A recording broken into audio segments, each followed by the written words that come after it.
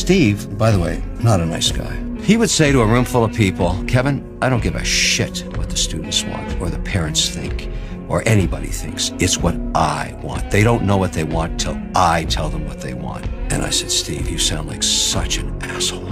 You have no idea what that sounds like. He says, no, that's how it is, Kevin. Now, are you making money with me? Am I your fastest growing OEM? Have we not been wildly successful and continue to be? I said, yes, Steve, that's true. He said, then fucking shut up and do what I say. That's how he would talk to you? 100%. And here's what I learned. Look how wildly successful he was. But here's why. There's a concept that he understood that very few people focused on back then in the early 90s of signal to noise ratio. What was so brilliant about Jobs that I tell every CEO now, and I don't care if you're an S&P 500 CEO or you're just starting a business, his vision of signal was the top 3 to 5 things you have to get done in the next 18 hours. Not your vision for the business next week or next month or next year, just the next 18 hours you're awake. You're going to get those 3 things or those 5 things done that you have deemed critical for your mission. They must get done today. Anything that stops you from doing that is the noise. So this signal to noise ratio to be successful for Steve Jobs was 80-20.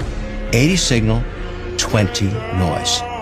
And I knew that to be true with him because he would email me at 2:30 in the morning, expect me to get back to him, because back then we didn't have texts, it was all email. He was right. He was right.